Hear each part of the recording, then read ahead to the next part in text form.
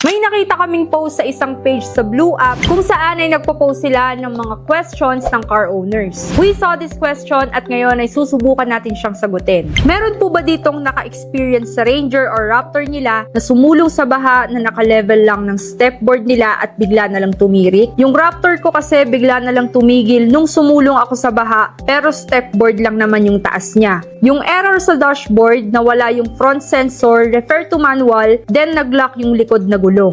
Based po sa symptoms na nabanggit katulad ng biglang paghinto ng makina habang nasa baha, pagkawala ng front sensor notification at pagka-lock ng likod na gulong, may ilang possibilities na pwedeng tingnan.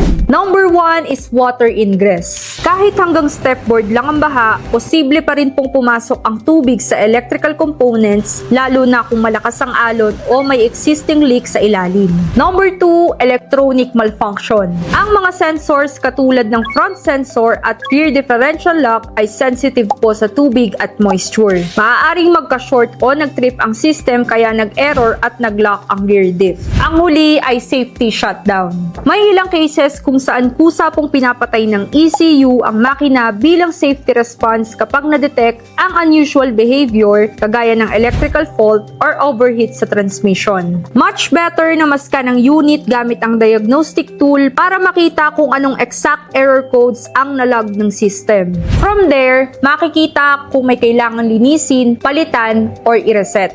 Ingat po palagi sa pagdaan sa baha. Kahit 4x4 ay hindi pa rin garantisado ang protection kapag electronics na ang naapektuhan. Para sa iba pang katanungan, hit the follow button at mag-iwan ka ng comments sa aming mga videos.